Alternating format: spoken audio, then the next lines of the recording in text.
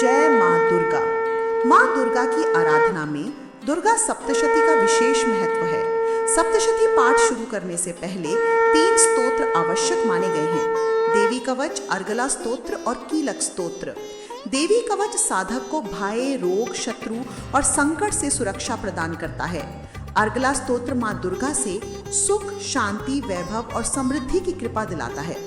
कीलक स्तोत्र सप्तशती पाठ के गूढ़ फल का ताला खोलता है और पूर्ण पुण्य की प्राप्ति सुनिश्चित करता है। आप इनका पाठ करने के लिए डिस्क्रिप्शन में दिए गए लिंक पर जा सकते हैं। पुष्प नवरात्रि, दुर्गा अष्टमी, नवमी, चैत व आश्विन मास किसी भी शुभ मुहूर्त, विशेष संकट या मनोकामना पूर्ति हेतु सप्तशती पाठ करना अत्यंत फलदायी है। विशेष रूप से नवरात्र में प्रतिदिन पाठ करने से माँ दुर्गा की विशेष कृपा प्राप्त होती है। ये केवल एक धार्मिक पाठ नहीं, बल्कि माँ दुर्गा की शक्ति और महिमा का साक्षात्कार है। इससे आत्मबल, धैर्य, विजय और भय से मुक्ति मिलती है। लाभ: शत्रु और बाधाओं का नाश होता है, घर में शांति, सुख और समृद्धि आती है, साधक का आत्मविश्वास और मानसिक शक्ति बढ़ती है, रोग, भय और दुखों से रक्षा मिलती है, साधना और भक्ति में प्रगाढ़ता आती है। अब आइए हम सब मिलकर श्रद्धा और भक्ति के साथ दुर्गा सप्तशती पाठ का आरंभ करें। प्रथम अध्याय। मार्कंडेय ऋषि बोले, अष्टम मनु सूर्य के पुत्र थे और उनका नाम श्रावणी था।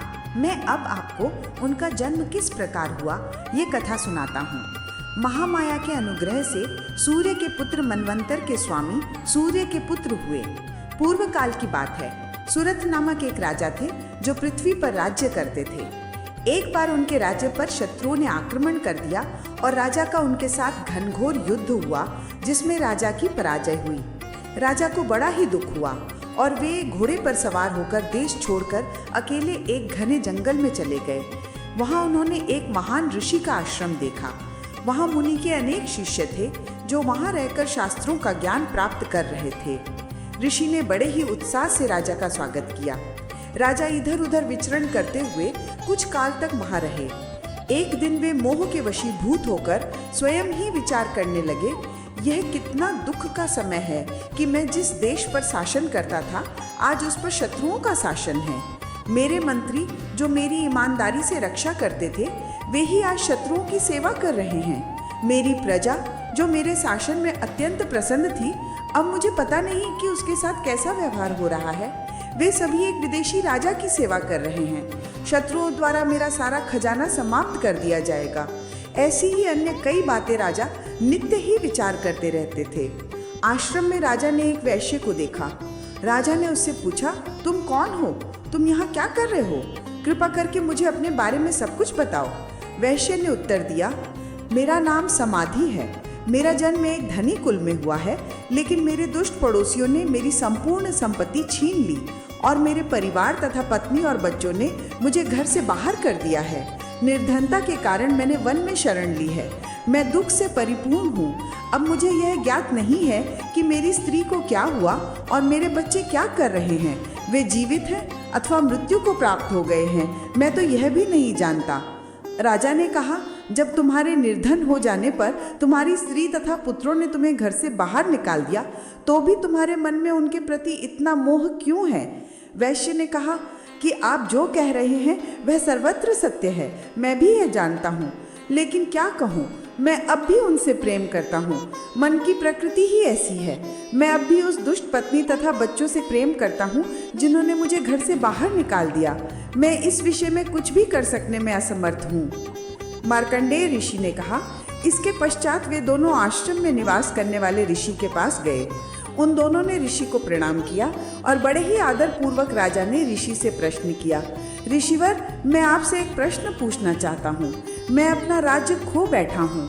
मेरे पास अब कुछ भी शेष नहीं है, लेकिन अब भी मुझे अपने खोए हुए राज्य, अपनी स्त्री और बच्चों के प्रति बड़ा ही मोह है। ऐसा क्यों है? यह एक वैश्य है। इसे इसके संबंधियों ने निर्धनता के कारण घर से बाहर निकाल दिया है, लेकिन फिर भी इसे अपनी स्त्री और बच्चों से बड़ा ही मोह है। हम दोनों ही दुख से परिपूर्ण हैं। हम दोनों ही भ्रमित हैं। कृपा करके अपनी ज्ञान द्वारा हमारी अज्ञानता को दूर करें। ऋषि ने कहा, हे राजन, विषय मार्ग का ज्ञान प्रत्येक जीव को होता है। सभी के पास समान ही ज्ञान होता है, लेकिन कुछ प्राणी रात्रि में नहीं देख पाते और कुछ दिन में नहीं। कुछ जीव ऐसे हैं जो दिन तथा रात में बराबर देखते हैं, मनुष्य मात्र दिन में ही देख सकता है। यह सब क्या है? यह अंतर क्यों है? अग्नि पर गिर रहे पतंगों की ओर देखो, इंद्रिय विषयों की अग्नि में गिरते हुए मनुष्यों की ओर देखो। प्राणियों में यह अंतर क्यों है? बुद्धि संपन्न होने के बाद भी सभी प्राणी पेट के लिए संघर्ष कर रहे हैं। महाशक्ति विष्णु की महामाया के द्वारा सभी नियंत्रित और मोहित हैं। उनकी शक्ति के कारण यह संपूर्ण जगत कार्य कर रहा है। उनके कारण ही सभी कष्ट पा रहे हैं, उन्हीं के कारण सभी प्रसन्न हैं। इसमें आश्चर्य की कोई बात नहीं है। यहाँ तक कि ज्ञानी भी इस माया के कारण बलपूर्वक खींचे जाते हैं और पूर्ण मोहित हो जाते हैं। वे ही इस चर अचर जगत की सृजक हैं। वे प्रसन्न होने पर अंत में मोक्ष प्रदान करती हैं। वे ही बंधन तथा मोक्ष का कारण है। वे अकेली ही सब कुछ हैं। वे देवताओं पर शासन करती हैं। राजन ने कहा, ऋषिवर, वे देवी माया कौन है? उनका आविर्भाव कैसे हुआ? मैं उनके बारे में सब कुछ जानना चाहता हूँ, जो इस जगत में ऐसे अद्भुत कार्य करती हैं। ऋषि ने कहा, वे नित्य स्वरूपा हैं। संपूर्ण जगत उन्हीं का रूप है। उन्होंने समस्त विश्व को व्याप्त किया है, तथापि उनका प्राकट्य अनेक प्रकार से होता है। जब वे देवताओं का कार्य सिद्ध करने के लिए प्रकट होती हैं, तो वे लोक में उत्पन्न हुई कहलाती हैं। देवी का जब प्रथम बार प्रादुर्भाव हुआ, उसकी कहानी इस प्रकार है। महाप्रलय के समय जब महाविष्णु योग निद्रा में लीन थे, उस समय उनके कानों के मैल से दो भयंकर असुरों मधु और कैटभ का जन्म हुआ। वे दोनों भगवान के नाभि कमल में विराजमान ब्रह्मा जी, जिनका उसी समय प्राकट्य हुआ था, का वध करने के लिए तैयार हो गए। उन असुरों को अपने समीप देखकर तथा भगवान विष्णु को योग निद्रा में विलीन देखकर ब्रह्मा जी ने विश्व की आधार, जगत की परम देवी, प्रत्येक वस्तु की सृजक, संरक्षक और संहारक आदि माया का स्तवन प्रारंभ किया। ब्रह्मा जी ने कहा, हे देवी, तुम स्वाहा, स्वधा और वशटकार हो। तुम नाद और अर्थ मात्रा हो। सावित्री, तुम इस जगत का आधार हो। तुम ही एकमात्र इस विश्व की सृष्टि करने वाली हो। तुमने ही इसे व्याप्त किया है। तुम ही महाविद्या, महामाया, महामेधा, महास्मृति और महामोह हो। आप महाविष्णु को जगाकर मेरी रक्षा करें। आप ही तीनों गुणों को उत्पन्न करने वाली सबकी प्रकृति हैं। आप ही समृद्धि हैं। आप ही शांति और करुणा हैं। आप असंख्य अस्त्र शस्त्र धारिणी हैं। आप सुंदरी और भयंकर हैं। आप महान से भी अधिक महानतम हैं। हे देवी, जो भी यहाँ है वह सब आपका है। अब और अधिक मैं क्या कहूँ? विष्णु भगवान मेरी सहायता कर सकते हैं। वे मेरी रक्षा कर सकते हैं। कृपा करके उन्हें जगा दीजिए और इन असुरों को मोहित कर दीजिए। मेरा जीवन संकट में है। ऋषि ने कहा, इस प्रकार स्तुति करने पर देवी प्रसन्न हो गई और महामाया ने सभी ओर से विष्णु भगवान के शरीर में प्रवेश किया। देवी ने उनके नेत्रों को खोला, उनके मन को खोला, उनके हाथों को खोला और प्रत्येक अंग को खोला। जगत के स्वामी महाविष्णु, जो अवर्णनीय सौंदर्य के स्वामी थे, वे शक्तिशाली अस्त्र शस्त्रों के साथ उठ बैठे। उन्होंने अपने समक्ष दो भयंकर दैत्यों को देखा। वे क्रोध पूर्वक ब्रह्मा जी को खा जाने का उद्योग कर रहे थे। भगवान हरि ने उनके साथ 5000 वर्षों तक युद्ध किया। महामाया अपनी माया से उन राक्षसों को मोहित कर रही थी। अपनी अज्ञानता में उन दोनों ने भगवान विष्णु से कहा, हरि, तुम हमसे कोई भी वरदान मांगो। भगवान ने कहा, तुम दोनों तत्काल मेरे हाथों से मारे जाओ। ऋषि कहते हैं कि उन दोनों असुरों ने देखा कि यहाँ ऐसा कोई स्थान नहीं है जहाँ जल न हो, तो वे दोनों बोले कि तुम हमें ऐसे स्थान पर मार सकते हो जहाँ जल न हो। भगवान विष्णु ने उन दोनों के सिरों को अपनी जांघों पर रखा जहाँ जल नहीं था और अपने भयंकर सुदर्शन चक्र से काट डाला। यह कहानी थी कि माया का प्रथम बार कैसे आविर्भाव हुआ। अब उनकी अन्य कथाएं सुनो। द्वितीय अध्याय। ऋषि कहते हैं, पूर्व काल में देवताओं तथा असुरों में पूरे 100 वर्षों तक घोर संग्राम हुआ। असुरों का नायक महिषासुर था और देवताओं के नायक इंद्र थे। शक्तिशाली राक्षसों से देवतागण पराजित हो गए तथा महिषासुर स्वर्ग का राजा बन गया। पराजित देवतागण ब्रह्मा जी के पास गए। ब्रह्मा जी के साथ सभी देवतागण विष्णु भगवान और शिव जी के पास गए तथा उन्हें सारी बातें कह सुनाईं। उन्होंने कहा, भगवान महिषासुर सूर्य, अग्नि, इंद्र, वायु, चंद्रमा, यम, वरुण तथा अन्य देवताओं का अधिकार छीनकर स्वयं सबका अधिष्ठाता बन बैठा है। उसने समस्त देवताओं को स्वर्ग से निकाल दिया है। अब सभी देवतागण मनुष्यों की भांति पृथ्वी पर विचरण कर रहे हैं। हम आपके पास सहायता हेतु आए हैं। कृपा करके उसके वध का कोई उपाय सोचिए। हम आपकी शरण में आए हैं।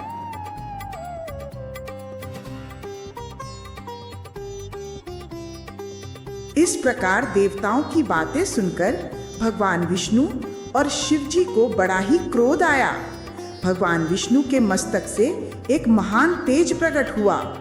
शिव जी के तीसरे नेत्र से भी तेज प्रकट हुआ तथा अन्य सभी देवता गणों के मस्तक से भी बड़ा भारी तेज प्रकट हुआ। ये संपूर्ण तेज मिलकर एक हो गया। महान तेज का यह पुंज ज्वाज्वलमान पर्वत के समान प्रतीत हुआ। इस प्रकाश से, जो कि देवताओं के शरीर से प्रकट हुआ था, समस्त लोग प्रकाशमान हो गए। इस प्रकाश ने एक स्त्री का रूप ले लिया। भगवान शिव के तेज से देवी के मुख का निर्माण हुआ। यम की शक्ति से उनके केशों का निर्माण हुआ। भगवान विष्णु की शक्ति से उनके हाथों का निर्माण हुआ। ब्रह्मा की शक्ति से उनके पैरों का निर्माण हुआ। इस प्रकार अन्य देवताओं के द्वारा उनके किसी न किसी अंग का निर्माण हुआ। वह सभी देवताओं का सार तत्व थी। सभी देवतागण उसे देखकर बड़े ही प्रसन्न हुए।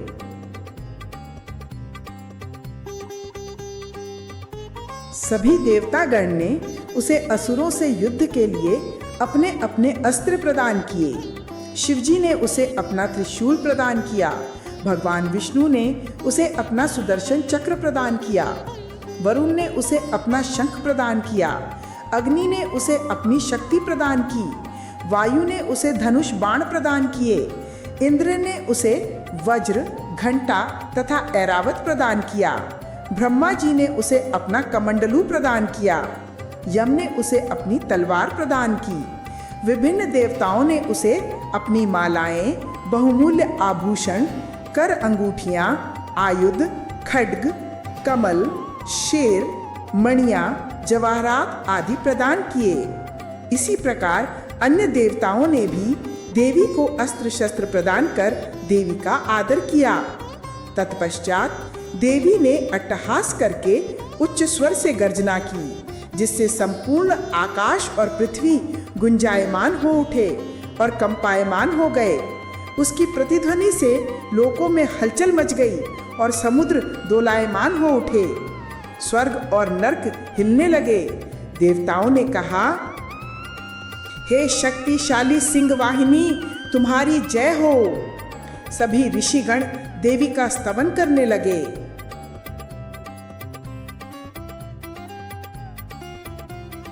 असुरों ने देखा कि एक भयंकर देवी उनकी ओर आ रही है, किंतु वे यह नहीं जान पा रहे थे कि वह कौन है।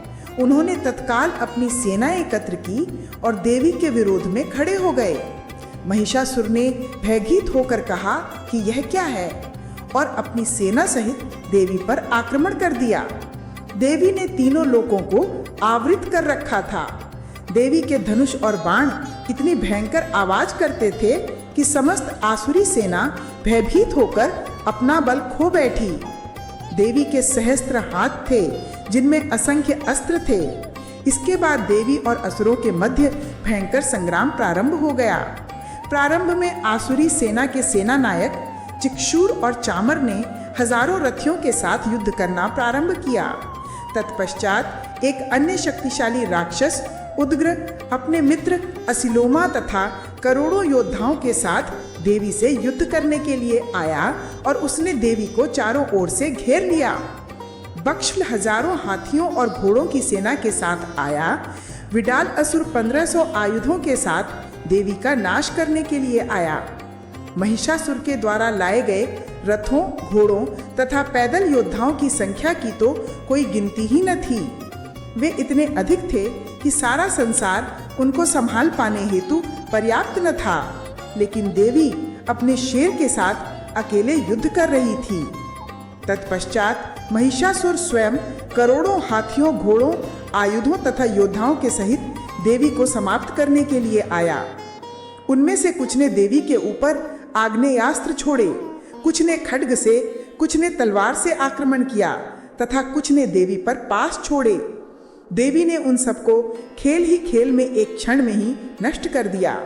देवी ने असुरों पर दिव्यास्त्र छोड़े, जिससे बहुत सी बड़ी राक्षस सेना पलक झपकते ही भूमि पर गिर पड़ी। जिस प्रकार वन में अग्निदेव प्रकट होते हैं, उसी प्रकार महिषासुर अपने सभी अस्त्र शस्त्रों के साथ देवी के शेर पर टूट पड़ा। देवी की प्रत्येक श्वास से असंख्य योद्धा बाहर आते थे और असुरों पर टूट पड़ते थे तथा उन्हें भूमि पर चिर निद्रा में सुला देते थे।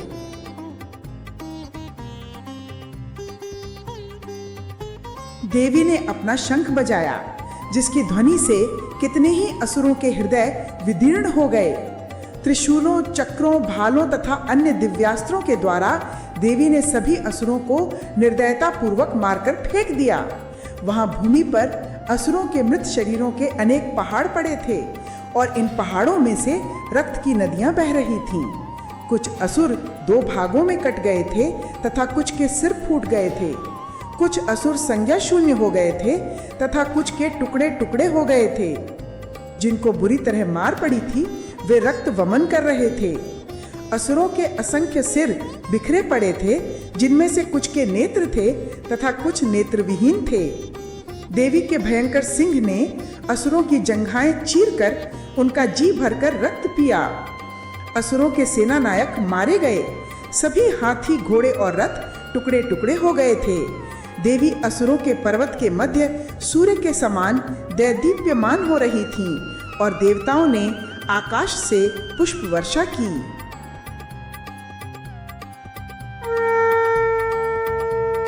तृतीय अध्याय। महिषासुर के सेनापति ने यथासंभव देवी को सताया और देवी के सिंह को मारने का प्रयास किया। इस कारण देवी क्रोधित हो गई और उन्होंने अपने त्रिशूल के एक ही वार से उसका सिर काटकर मीलों दूर फेंक दिया। यह देखकर महिष का साथी चामर अपने अत्यंत शक्तिशाली आग्नेयास्त्र के साथ आया, लेकिन देवी के मुख से निकली एक ही हुंकार ने उस आग्नेयास्त्र को भस्मीभूत कर दिया। तत्पश्चात देवी उछलकर आकाश में चली गई और एक ही बार में उसका सिर धड़ से अलग कर दिया। उसके बाद उदग्र अनेक वृक्ष हाथों में लेकर देवी को मारने आया। देवी क्रोध से भर उठी और तत्काल ही उस दैत्य का संहार कर दिया। कराल, बक्षल, दुर्धर, दुर्मुख और विडाल सभी महादेवी के हाथों यमलोक भेज दिए गए।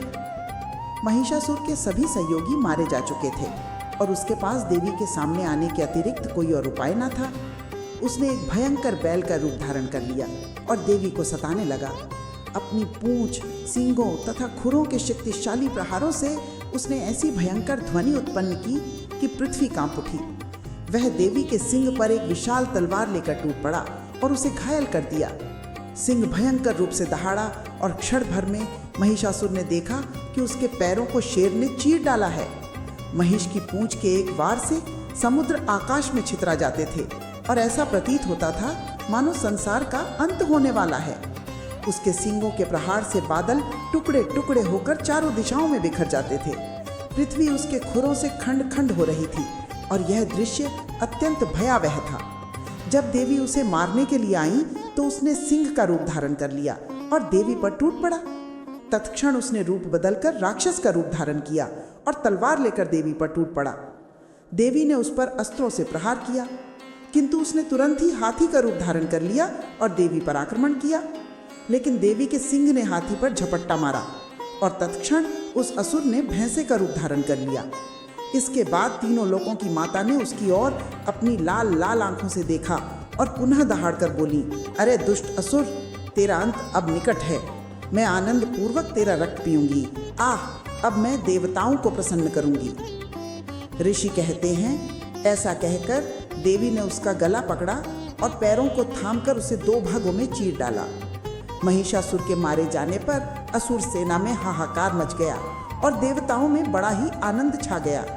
देवताओं ने देवी की विजय और यश की प्रशंसा की।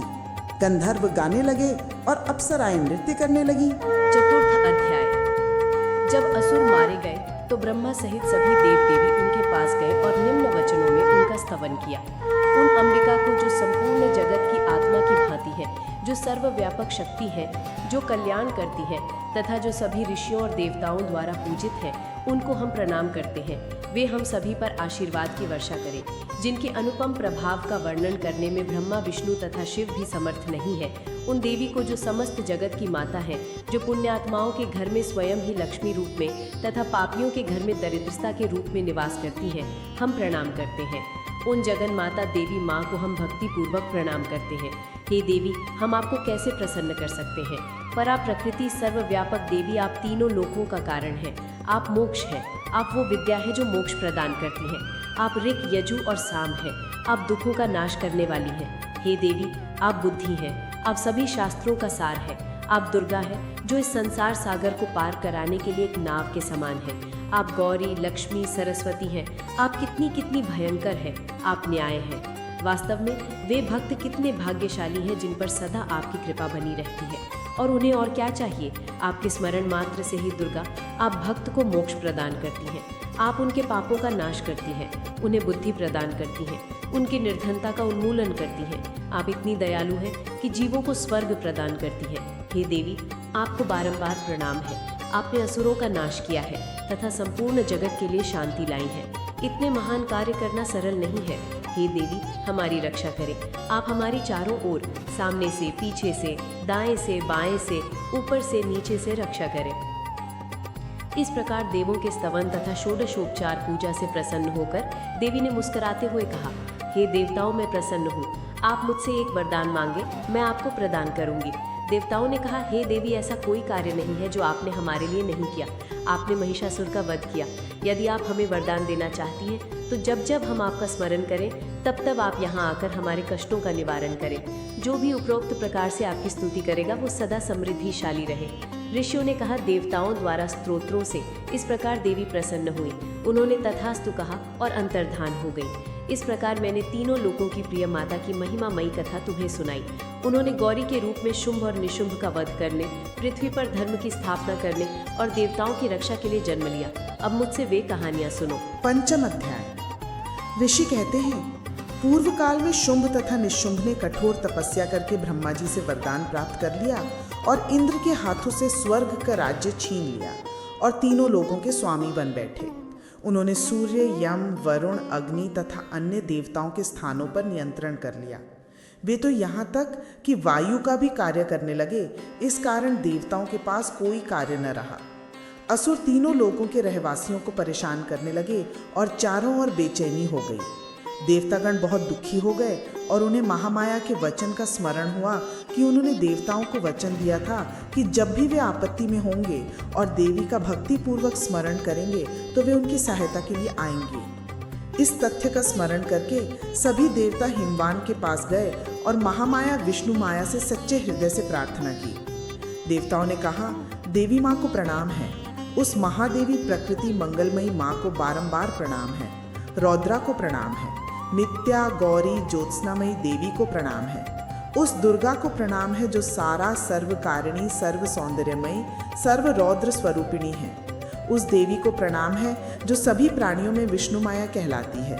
उसे बारंबार प्रणाम है जो सभी प्राणियों में चेतना के रूप में, बुद्धि के रूप में, निद्रा के रूप में, क्षुधा के रूप में, छाया के रूप में, प्यास के रूप में, शक्ति के रूप में, तृष्णा के रूप में, क्षमा के रूप में, जाति के रूप में, लज्जा के रूप में, शांति के रूप में, विश्वास के रूप में, सौंदर्य के रूप में, समृद्धि के रूप में, प्रयत्न के रूप में, समृद्धि के रूप में, करुणा के रूप में, संतोष के रूप में, माँ के रूप में, मोह के रूप में स्थित है। जो देवी इस जगत को व्याप्त करके स्थित हैं, उनको बारंबार प्रणाम है।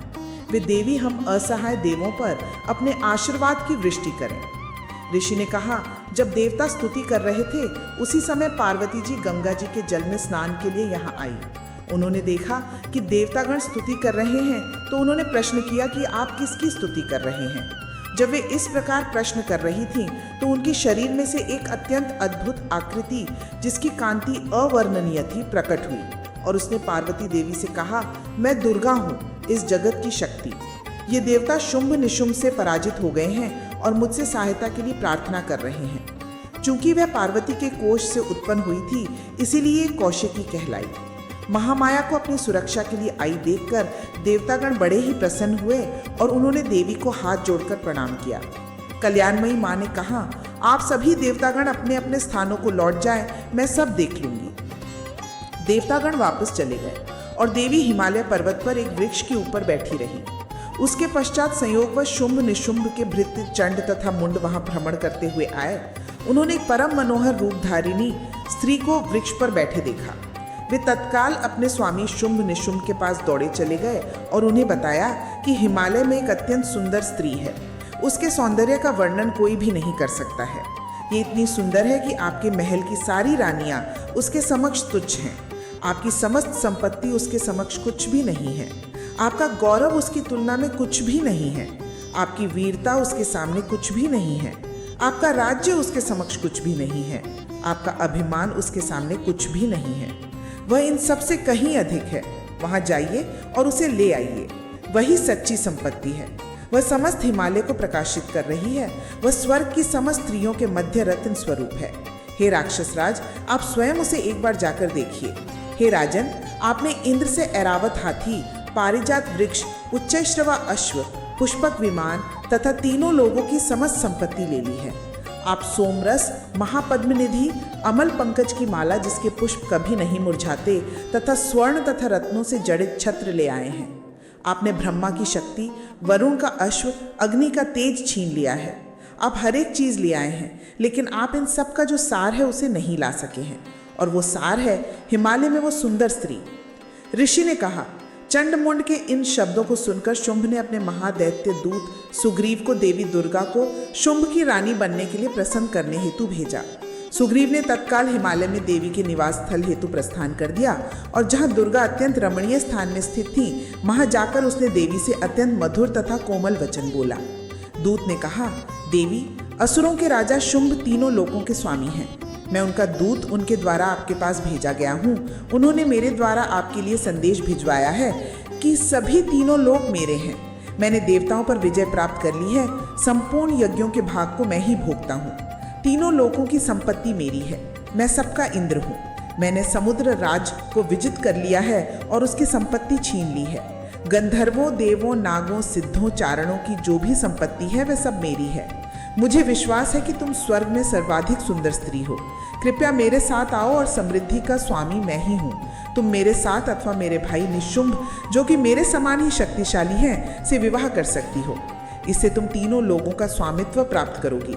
इस पर विचार करो और शीघ्र ही मुझे उत्तर दो। ऋषि बोले, सुग्रीव की ये बातें सुनकर जगत माता समस्त लोकों का आधार कल्याणमयी देवी माँ ने मुस्कुराकर गंभीर शब्दों में कहा, हाँ हाँ, तुम सत्य कह रहे हो। इसमें कोई संदेह नहीं है कि शुंभ तीनों लोकों का स्वामी है और निशुंभ भी उसके समान ही शक्तिशाली है। लेकिन किया क्या जाए? अज्ञानतावश मैंने एक शपथ ले ली है। अब मैं उसे कैसे तोड़ सकती हूँ? जो भी मुझे युद्ध में पराजित करेगा वही मेरा पति होगा। इसीलिए शुंभ निशुंभ यहाँ आए और मुझे पराजित करें और सरलता से मेरा पानी ग्रहण कर लें। दूत ने कहा, अरे मूर्ख लड़की, तुम गलती कर रही हो। तीनों लोकों में ऐसा कौन है जो भयंकर शुंभ निशुंभ का सामना करने का साहस कर सके? सभी असंख्य देवता गण भी शुंभ की शक्ति के सामने ठहर नहीं पाए, तो तुम अकेली स्त्री होकर कैसे ठहर सकती हो? जब इंद्र शुंभ से युद्ध में पराजित हो गया तो तुम एक अनुभवहीन कन्या क्या कर सकोगी?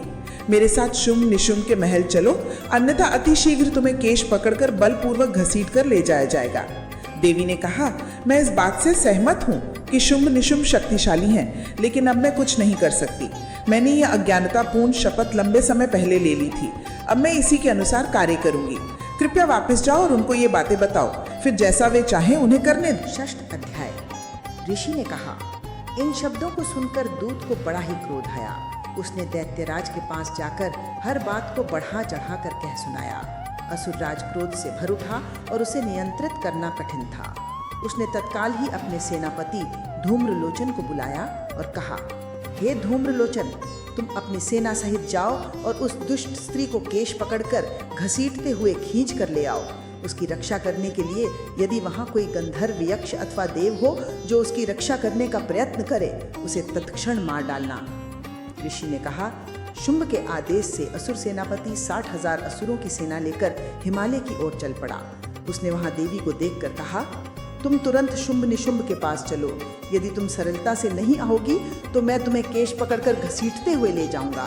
देवी ने कहा, यदि तुम असुर सेना के सेनापति हो और तुम्हारे राजा ने मुझे केश पकड़कर बलपूर्वक खींचकर लाने के लिए भेजा है तो मैं क्या कर सकती हूँ। ऋषि ने कहा।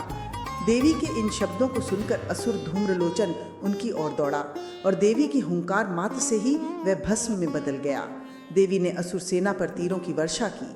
इतने में देवी का वाहन सिंह जिस प्रकार प्रज्वलित अग्नि सूखे वन में फैलती है, उसी प्रकार वह राक्षसों के ऊपर टूट पड़ा। असुरों के शीश देवी के खड्ग से कट कर कर गिर पड़े और उनके सिंह द्वारा किए गए विनाश की तो कोई सीमा ही नहीं थी। भूमि पर गिरे हुए मृत असुरों के रक्त का उसने पान किया। एक ही क्षण में वहां पूरी असुर सेना नष्ट हो गई। यह समाचार शुंभ के कानों तक पहुंचा और उसके क्रोध की कोई सीमा न रही।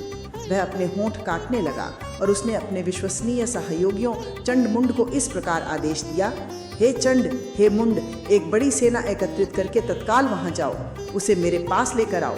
अधिक देरी मत करो, जल्दी करो। उसको केश से पकड़कर घसीटते हुए अथवा रस्सियों से बांधकर यहाँ लेकर आओ। यदि ऐसा संभव ना हो तो उसे युद्ध में मार डालो। जैसा भी तुम्हें ठीक लगे वैसा करना। उसके भयंकर सिंह को मार देना और उसे बांधकर मेरे पास ले आना।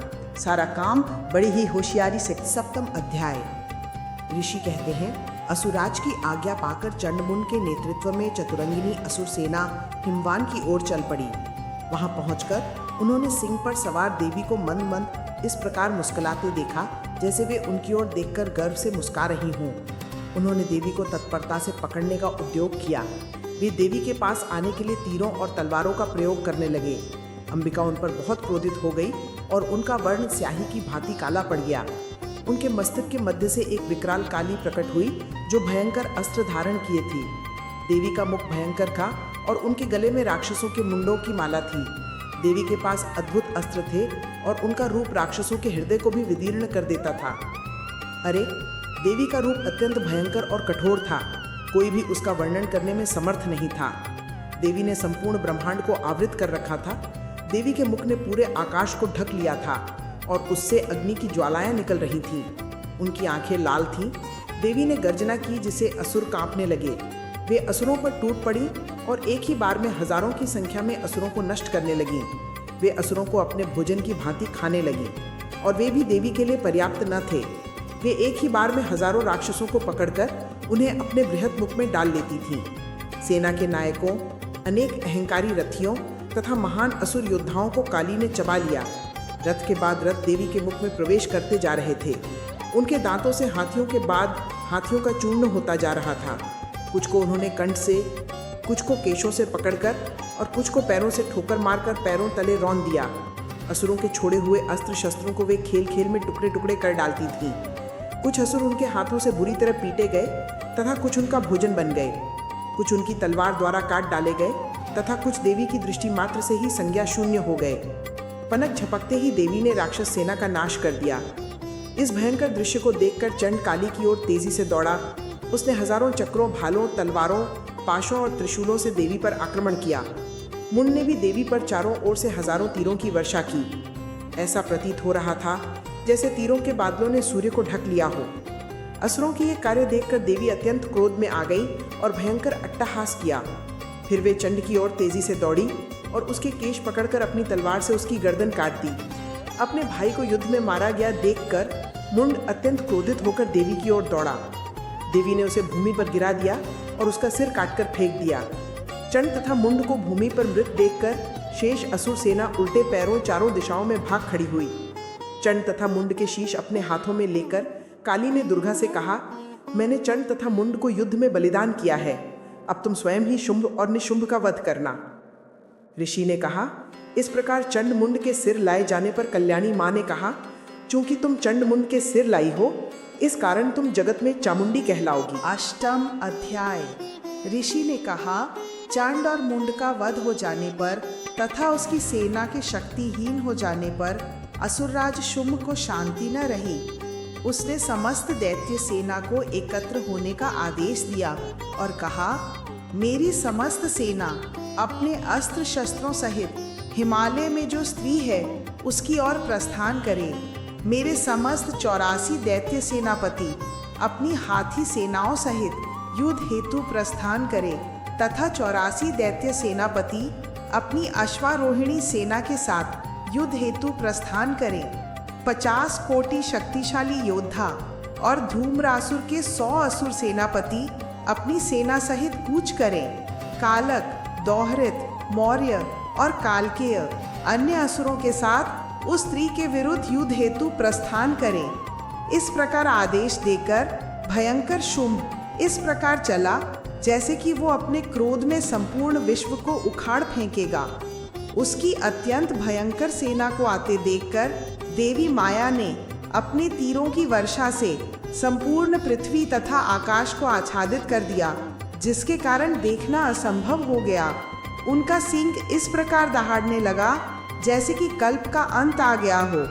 देवी के अस्त्रों, तीरों तथा सींग की आवाज उनके घंटों, शंखों तथा धनुष की टंकार से और भी अधिक बढ़ गई। इन ध्वनियों को सुनकर असुर देवी, सिंह तथा काली को घेरने लगे।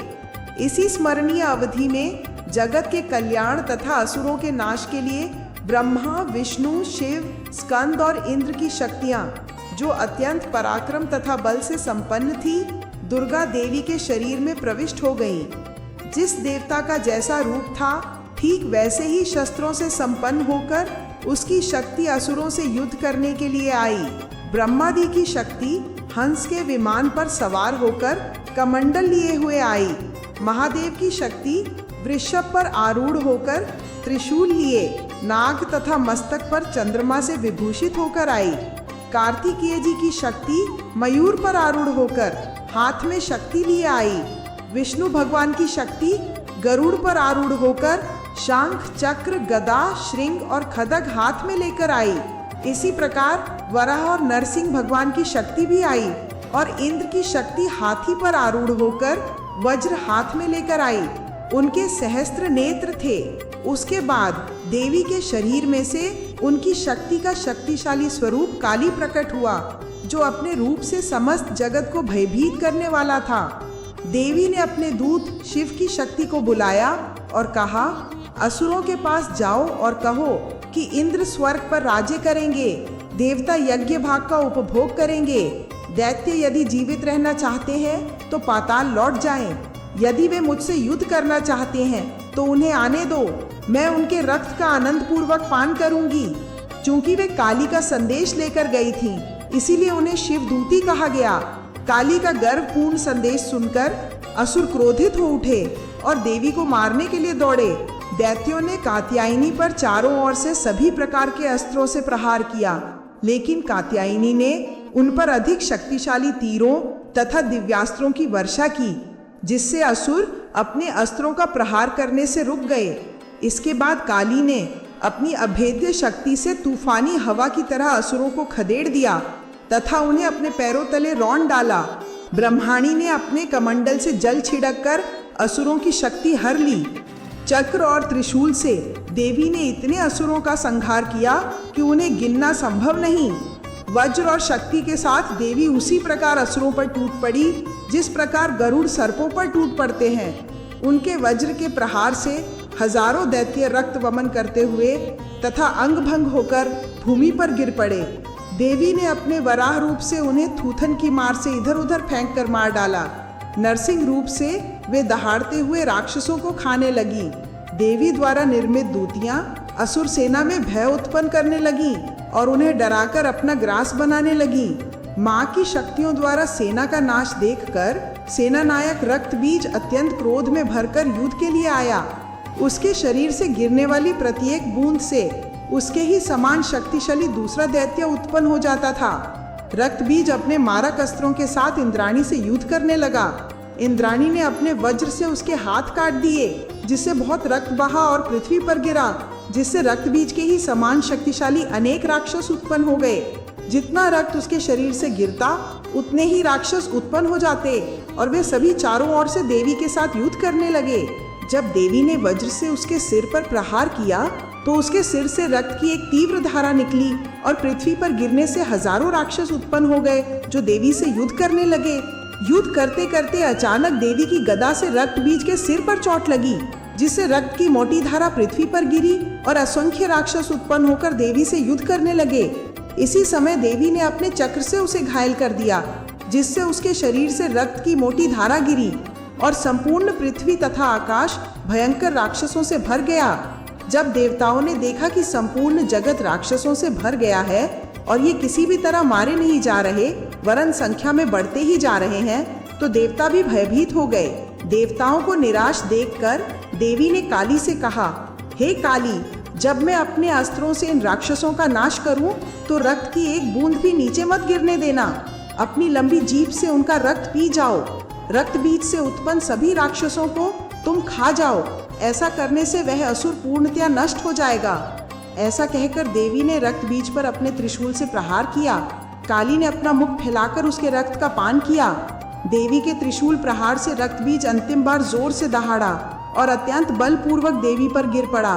देवी ने चक्र के प्रहार से उसके जीवन का अंत कर दिया। उस समय जो रक्त निकला उसे भी काली ने पी लिया। काली ने रक्त बीज से उत्पन्न सभी राक्षसों को खा लिया और उसके रक्त को भी पी लिया। रक्त बीज पर्वत की भांति पृथ्वी को कंपाते हुए भूमि पर गिर पड़ा। सभी देवता अत्यंत प्रसन्न हो गए। स्वर्ग की अप्सराएं नृत्य करने लगी और गीत गाने। 9वां अध्याय। राजा ने कहा, हे ऋषि, यह अद्भुत कथा आपने मुझे सुनाई है। देवी की महिमा अद्भुत है और रक्त बीज की मृत्यु भी अद्भुत है। मैं अब यह सुनना चाहता हूँ कि रक्त बीज की मृत्यु के बाद शुंभ निशुंभ तथा अन्य महाअसुरों ने क्या किया।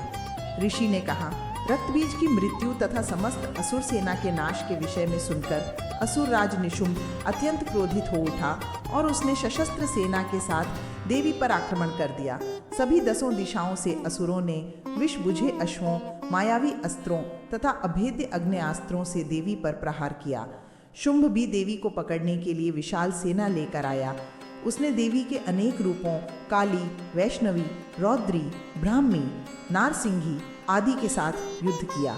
देवी और शुंभ निशुंभ के मध्य अविस्मरणीय युद्ध हुआ। यह युद्ध अद्भुत और भयंकर था। देवगण कांप उठे, आकाश बाणों से ढक गया। देवी अत्यंत साहसपूर्वक असुरों पर टूट पड़ी। निशुंभ ने एक तेज धार वाली तलवार लेकर देवी के शेर पर आक्रमण कर दिया और उस पर अनेक वार किए। देवी ने तत्क्षण अपने चक्र से उसकी तलवार के टुकड़े टुकड़े कर दिए। निशुंभ अत्यंत क्रोधित हो उठा और उसने अपनी शक्ति, शूल और खड्ग का प्रयोग किया, किंतु देवी और अधिक क्रोधित होकर उसने निशुंभ को घायल कर भूमि पर पटक दिया। अपने भाई को भूमि पर गिरा हुआ देखकर शुंभ अंबिका को मारने दौड़ा। वह रथ पर सवार होकर युद्ध कर रहा था। उसके 8 हाथों में अस्त्र थे और उसने संपूर्ण आकाश को आच्छादित कर रखा था।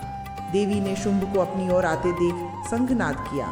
इस भयंकर ध्वनि से संपूर्ण आकाश गुंजायमान हो उठा और अपने धनुष बाणों से देवी ने भीषण ध्वनि उत्पन्न की। देवी का शेर अत्यंत उग्र होकर दहाड़ा और चारों ओर भयंकर भूचाल आ गया। देवी ने पृथ्वी पर अपने चरण जोर से मारे और आकाश भयंकर ध्वनि से गूंज उठा। इस ध्वनि ने पूर्व की सभी ध्वनियों को निगल लिया। शिवदूती और काली भी बड़े जोर से तथा निष्ठुरता पूर्वक गर्जना करने लगी। इन ध्वनियों से असुर अत्यंत क्रोधित हो उठे। अंबिका ने जोर से कहा, अरे दुष्ट असुर, तू कहाँ भागा जा रहा है? ठहर, यहीं खड़ा रह। देवताओं ने आकाश से पुकारा, विजय विजय। शुंभ के रुदन से संपूर्ण आकाश गूंज उठा। शुंभ ने देवी पर हजारों करोड़ों अस्त्र छोड़े, किंतु वे सभी देवी के सामने सूखे तिनकों के समान नष्ट हो गए। देवी ने उन्हें जलाकर राख कर दिया। तत्पश्चात देवी ने अपने त्रिशूल से शुंभ के वक्षस्थल को भेद दिया। वह निश्चेष्ट होकर भूमि पर गिर पड़ा। इसी समय निशुंभ को पुनः चेतना आ गई और वह चक्र, गदा, शूल और तलवार लेकर देवी से युद्ध करने लगा। देवी ने पुनः त्रिशूल से उसकी छाती को छेद दिया। उसके वक्ष से एक भयंकर राक्षस प्रकट हुआ, जिसने देवी को पुनः ललकारा। दुर्गा उस पर हंसी और एक ही वार में उसका सिर काट दिया। कुछ असुरों को शेर ने खा लिया, कुछ को काली ने भक्षण कर लिया। कुमारी ने कुछ असुरों के टुकड़े टुकड़े कर दिए तथा कुछ ब्राह्मी के कमंडल से विदीर्ण हो गए। माहेश्वरी के त्रिशूल से कुछ बींधे गए तथा वाराही के थुथन से कुछ चूर चूर हो गए। वैष्णवी के चक्र से कई असुर टुकड़े टुकड़े हो गए। इंद्राणी के वज्र से भी अनेक असुर मारे गए। इस प्रकार सभी असुर देवी माता के किसी न किसी रूप द्वारा मृत्यु को प्राप्त। 10वां अध्याय। ऋषि कहते हैं, निशुंभ मारा गया और शुभ यह अपमान सहन न कर सका। वह देवी पर चिल्लाया, हे दुर्बल और दुष्ट दुर्गा, घमंड मत कर। तू किसी और का सहारा लेकर युद्ध कर रही है। देवी ने कहा, मैं इस जगत में मात्र एक ही हूँ। यहाँ मेरे सिवा और कौन है? ये जो अन्य तुम्हारे साथ युद्ध करती दिखाई दे रही हैं, मैं स्वयं हूँ। अब मेरी ओर देख। दुर्गा के ऐसा कहते ही उनके सभी रूप उनमें समा गए और वहाँ देवी के सिवा कोई नहीं रहा। देवी ने पुनः कहा, शांत रहो, मैं ही अंतर्भूत और सर्वव्यापक शक्ति हूँ जो अनेक रूपों में प्रकट थी और अब स्वयं को स्वयं में समेटकर अकेली खड़ी हूँ। ऋषि ने कहा। शुभ पुनः भूमि से उठ खड़ा हुआ और देवी से युद्ध करने लगा। जैसे तितली आग पर झपटती है, वैसे ही शुभ देवी पर भयंकरता से झपटा। संपूर्ण जगत में कोई नहीं जानता था कि क्या होने वाला है, लेकिन सभी उत्सुकता से परिणाम की प्रतीक्षा कर रहे थे। शुभ ने संसार के जितने भी अस्त्र थे वे सब अंबिका पर चला दिए। देवी ने खेल खेल में उनमें से कुछ को निगल लिया और कुछ को मात्र हुंकार से ही चूर चूर कर दिया। शुभ ने अपने धनुष, बाण, शक्तियाँ और अग्नि अस्त्र उठाए। देवी ने उसके रथ को घोड़ों और सारथी सहित उलट दिया। शुभ भूमि पर गिर पड़ा।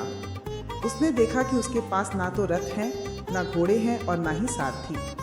तब वह गदा लेकर देवी पर टूट पड़ा।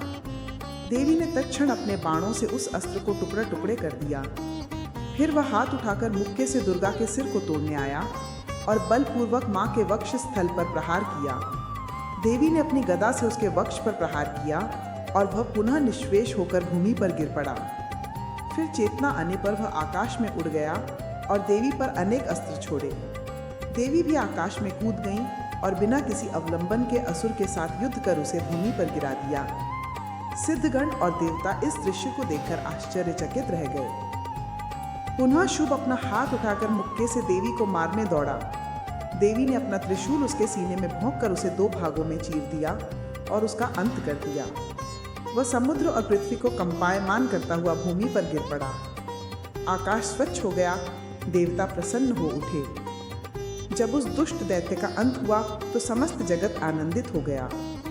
गंधर्व गान करने लगे, स्वर्ग की अप्सराएं प्रसन्नता पूर्वक नृत्य करने लगी, वृक्ष हर्षित हो उठे, नदियां वेग से बहने लगी, समुद्र शांत हो गया, अग्नि प्रसन्नता पूर्वक जलने लगी, वातावरण स्वच्छ हो गया, पृथ्वी भार मुक्त हो गई, वायु प्रसन्नता से बहने लगी, सूर्य प्रखरता से चमकने। 11 अध्याय। असुरों का अंत हो जाने पर देवता बड़े ही प्रसन्न हुए और उनकी इच्छा पूर्ण हुई। तत्पश्चात वे देवी कात्यायनी के पास आए और निम्नानुसार उनकी स्तुति की। हे देवी, हे दुखों का नाश करने वाली, प्रसन्न हो। हे जगन माता, हे विश्व को नियंत्रित करने वाली परम माता, हम सभी की रक्षा करें और इस जगत की रक्षा करें। आप इस जगत का आधार हैं। आप ही हैं जो जगत के रूप में प्रकट हुई हैं। आप जल हैं, आप तत्व हैं, आप विष्णु माया हैं, आप बंधन और मुक्ति का कारण हैं। समस्त ज्ञान आपका ही रूप है। सभी स्त्रियां आप स्वयं ही हैं। हे माता, सब आपके ही द्वारा पूर्ण हैं। आप सभी पुरुषों में बुद्धि हैं। हे नारायणी, आप ही स्वर्ग और मोक्ष की दाता हैं। आप समय, स्थान और कारणत्व हैं। हे निराशों का आश्रय स्थल नारायणी, आपको बारंबार प्रणाम है। जो आपकी शरण है उन भक्तों की सभी बाधाओं का नाश करने वाली हे नारायणी, तुम्हें मेरा प्रणाम है। कमंडलू धारण करने वाली हे ब्रह्माणी, हंस की सवारी करने वाली, त्रिशूल, चंद्रमा तथा सर्प धारण करने वाली माहेश्वरी, बैल पर सवारी करने वाली महाशक्ति हे कुमारी, मयूरवाहिनी, शंख, चक्र, गदा और पद्म, श्रृंग और अनेक महाअस्त्रों को धारण करने वाली हे वैष्णवी, प्रसन्न हूँ। हे नारायणी, आपको प्रणाम है। हाथी पर सवार और वज्र हाथ में लिए हे इंद्राणी, आपको प्रणाम है। हे नारायणी, आपको प्रणाम है। द्रिंगसिंह के भयंकर रूप में और वराह के रूप में बड़ी सी थुत्थन वाली हे नारायणी, आपको प्रणाम है। उस देवी को प्रणाम है जिसने शिव दूती और काली के समान अनेक रूप धारण किए। हे भयंकर मुखमंडल वाली हे नारायणी, आपको प्रणाम है। हे लक्ष्मी, हे काली, हे सरस्वती, हमारी रक्षा करो। हे दुर्गा, हे नारायणी, आपको प्रणाम है। आपका त्रिशूल, चक्र, घंटा, शंख, तलवार, जिसने चंड, मुंड, शुभ, निशुंभ का नाश किया, वे हमारी रक्षा करें। हे नारायणी, आपको प्रणाम है। हे देवी, आप सभी रोगों का पूर्ण नाश करने वाली हैं। जब आप प्रसन्न होती हैं तो आपसे जो भी मांगा जाता है वह प्रदान करती हैं। जो आप में शरण लेते हैं उनकी कोई इच्छा शेष नहीं रहती, वे वास्तव में आप में आश्रय प्राप्त करते हैं। जब यहाँ दुर्गुण होते हैं, जब भी यहाँ राक्षस होते हैं, जब भी यहाँ अधर्म की शक्तियाँ होती हैं, तो आप स्वयं को प्रकट करती हैं और उनका नाश करती हैं। हे देवी, आप प्रसन्न हो और हमारी रक्षा करें, जगत के पाप शीघ्र कम हो जाएं। हे पूजनीय देवी, आपके चरणों में स्थित हम देवताओं पर दया करें। देवी ने कहा, मैं आपको वरदान देना चाहती हूँ। हे देवगण, आप कोई भी एक वरदान मांग ले, मैं वह आपको प्रदान करूंगी। देवताओं ने कहा, आपने सब कुछ किया है, बस आप इतनी कृपा करें कि हमारे सभी शत्रुओं का नाश हो जाए।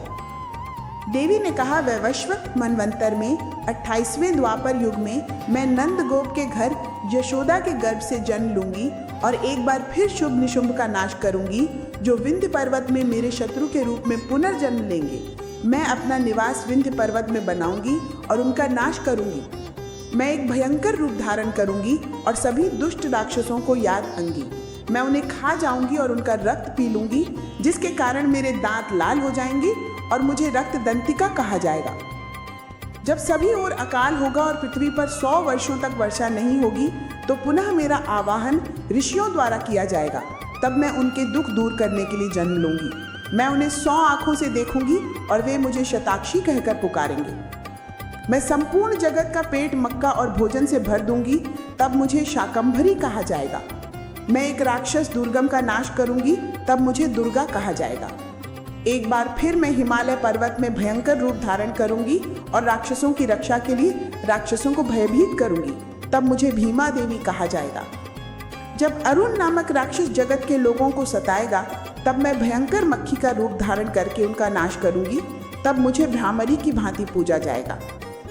इस प्रकार जब कभी भी कोई कठिनाई हुई, जब जब राक्षसों का जन्म होने लगा, तब और वहां मैं स्वयं को प्रकट करके पृथ्वी पर शांति लाती हूँ। 12वां अध्याय।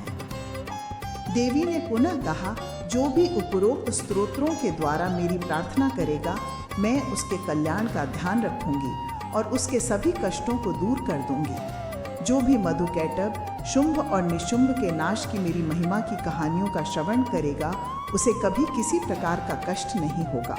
उसके पास कभी भी गरीबी नहीं आएगी। उसे शत्रु अथवा राजा से कोई भय नहीं रहेगा। उसे अस्त्र, अग्नि और वर्षा से किसी प्रकार का भय नहीं रहेगा।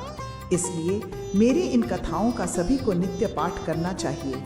इसका सभी को नित्य श्रवण करना चाहिए। यह महान फलदायक है। मेरे महात्मा से बड़े पापों का नाश हो जाता है। मेरी महिमा के गान से त्रितापों का शमन होता है।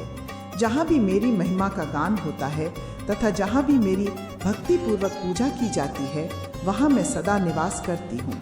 शरद ऋतु में मेरी पूजा भक्ति पूर्वक की जाती है, क्योंकि यह मुझे अत्यंत प्रिय है। पूजा के समय मेरी इन कथाओं का श्रवण किया जाना चाहिए। ऐसा करने से सभी समृद्धिशाली और शांतिपूर्ण रहेंगे। राजाओं को युद्ध में विजय प्राप्त होगी और उनके शत्रुओं का नाश होगा। सर्वत्र आनंद और शांति होगी। जो परिवार सदा मेरी महिमा का गान करेगा, वह सदा समृद्धि और शांति से पूर्ण होगा। जो सदा मेरे भक्तों की रक्षा हेतु तत्पर रहेगा, उसके सभी रोग और चिंताएं मेरे द्वारा हर ली जाएंगी। मेरे भक्तों को कभी दुस्वप्न नहीं आएंगे और उन्हें राक्षसों तथा प्रेतों से कोई भी कष्ट नहीं होगा। मेरे महात्म्य से संबंधित कहानियों के पाठ से कष्ट समाप्त हो जाएंगे। मेरा यही महात्म्य ही सब कुछ है। पुष्पों तथा चंदन से विधि पूर्वक मेरी पूजा करने के उपरांत ब्राह्मणों को भोजन कराया जाना चाहिए। मेरे मंत्र तथा महिमा के साथ हवन किया जाना चाहिए और दान किया जाना चाहिए। मेरी पूजा तथा ब्राह्मण भोजन आनंद पूर्वक कराया जाना चाहिए। मैं इससे अपने भक्तों से बड़ी ही शीघ्र प्रसन्न हो जाती हूँ। मेरी शक्ति सभी रोगों का नाश करती है और उत्तम स्वास्थ्य प्रदान करती है। यह पाठ करने वाले की रक्षा करती है और शांति का संरक्षण करती है। मेरे जन्म तथा कार्यों का गान, जो कि पूर्व में ब्रह्मा और ऋषियों ने भी किया है तथा जैसा आप सभी ने भी गाया, वो आस्थावान और समर्पित भक्त को स्वास्थ्य, शांति और आनंद प्रदान करता है। मेरे स्मरण मात्र से व्यक्ति कठिनाइयों तथा दुखों को पार कर लेता है। मेरी शक्ति के कारण सभी शत्रु और दुष्ट पशु मेरे भक्त के पास से दूर भाग जाते हैं। ऋषि ने कहा, इतना कहते ही देवी तत्क्षण अदृश्य हो गई। देवता स्वर्ग पर शासन करने लगे और यज्ञ का भाग पाने लगे तथा सदा प्रसन्नता पूर्वक निवास करने लगे। सभी असुर अपनी शक्ति खोने के बाद भयभीत होकर पाताल में भाग गए और वहां बेचैन रहने लगे।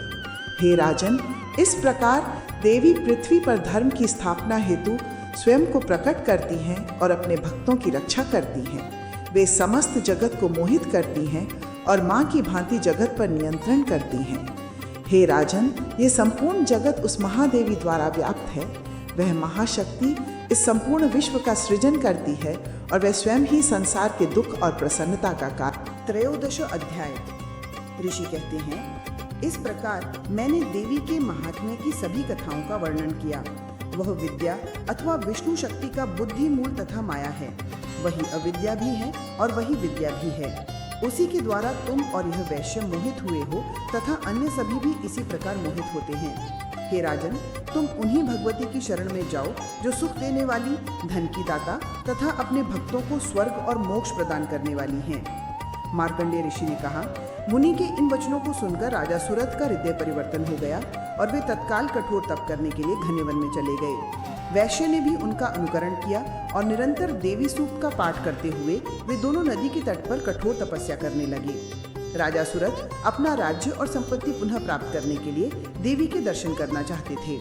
उन दोनों ने देवी की षोडशोपचार पूजा के लिए नदी के किनारे की मिट्टी से देवी की प्रतिमा का निर्माण किया।